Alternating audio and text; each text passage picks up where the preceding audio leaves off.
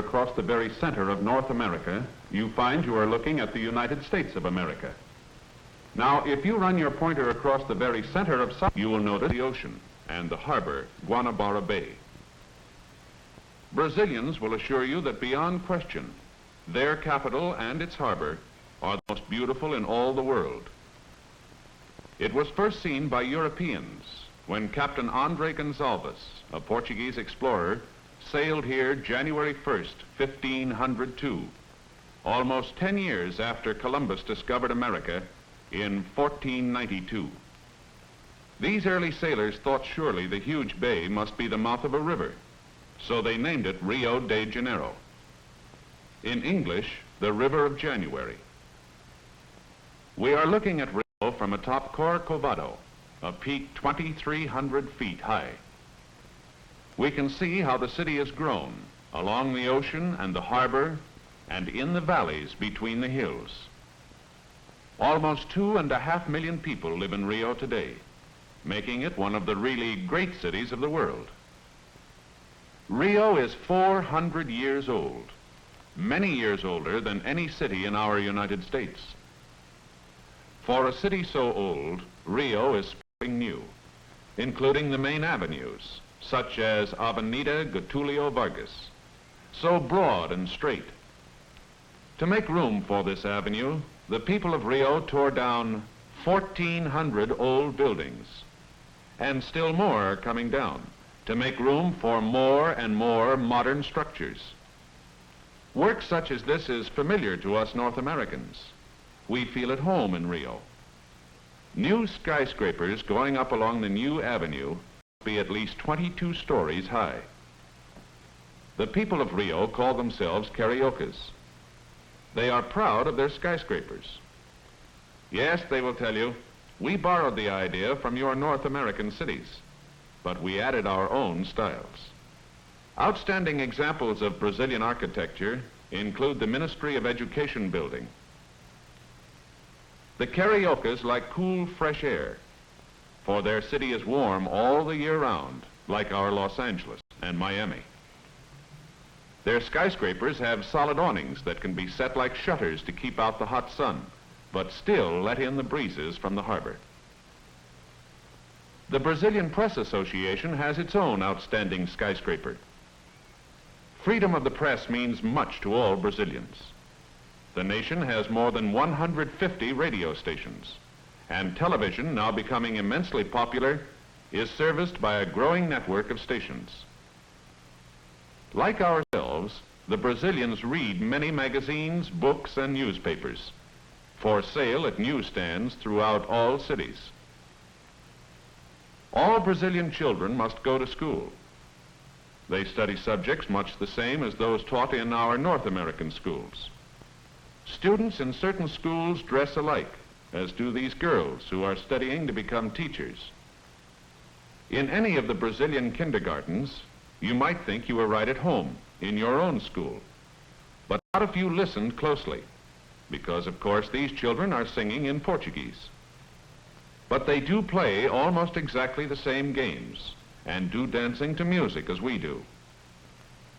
Later on, many of these boys and girls will learn to speak English. It is a compulsory subject in high school.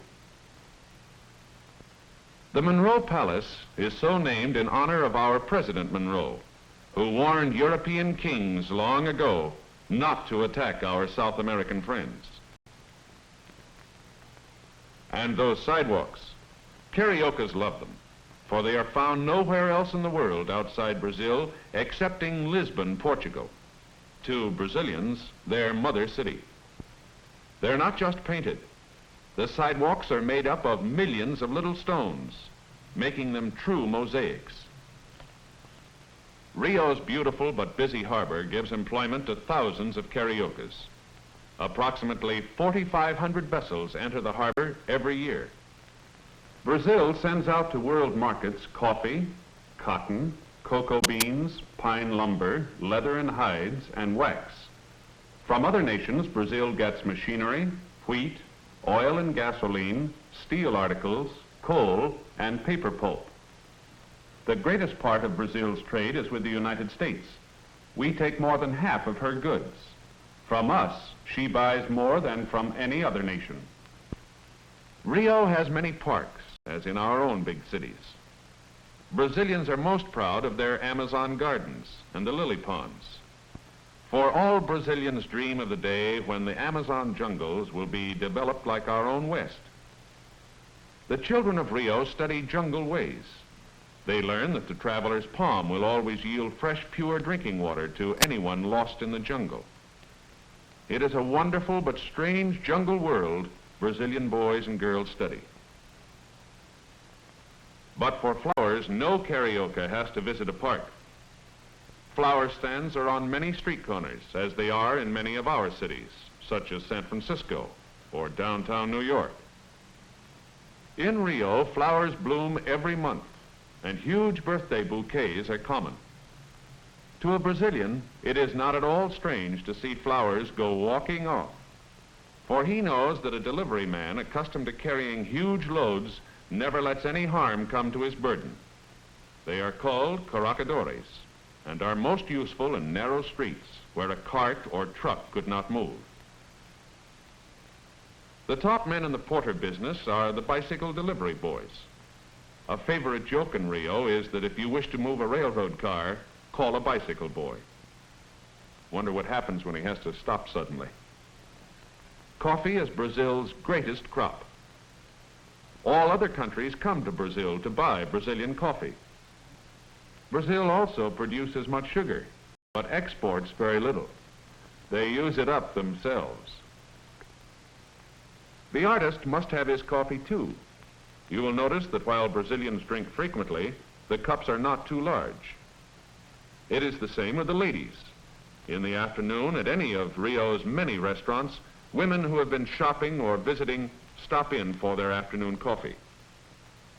Cariocas are gay people. They're fond of going out to hotels, theaters, and restaurants, even more so than in most of our cities. When the day's work is done, the struggle to get home begins. At every bus stop, there are long lines. People wait patiently, for they know their great city is growing so fast that there are not enough buses and trolleys to take care of the crowds. Soon there will be, for Brazil has ordered many more from us. But, meanwhile, it's especially hard for people who live outside Rio itself and must use the trains. Since these pictures were made, more trains have been put in service, and the crowding usually is not so bad. The city, however, is still growing at a very fast rate. The Brazilians are a devout people. In thankfulness for a century of independence, they built a huge statue, the Christ of Rio, and put it on the peak of a mountain they call Corcovado. The statue stands 100 feet high and can be seen from far out at sea and from the city streets as well. Weekends are devoted to play, and in Rio 10 years ago, all this was a dreary. When people began to come here to frolic and to bathe, the city built a curving oceanfront avenue. Then came the builders, and a half moon of splendid hotels and modern apartments soon fringed the new boulevard. People live on the beach all year round, and each family wanted a porch for sunbathing. Builders worked out a way to do this, and their brand new ideas interested many North American planners and builders. Perhaps it is our turn to copy our Brazilian friends. Altogether, official figures indicate that the cost of living in Brazil is just about the same as in the United States.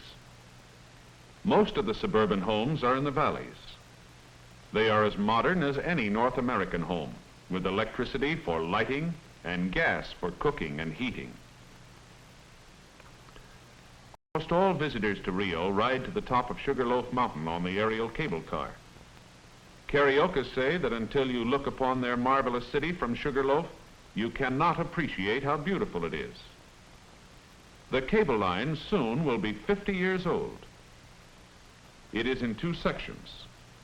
We are on the first, which goes to a transfer landing 700 feet high.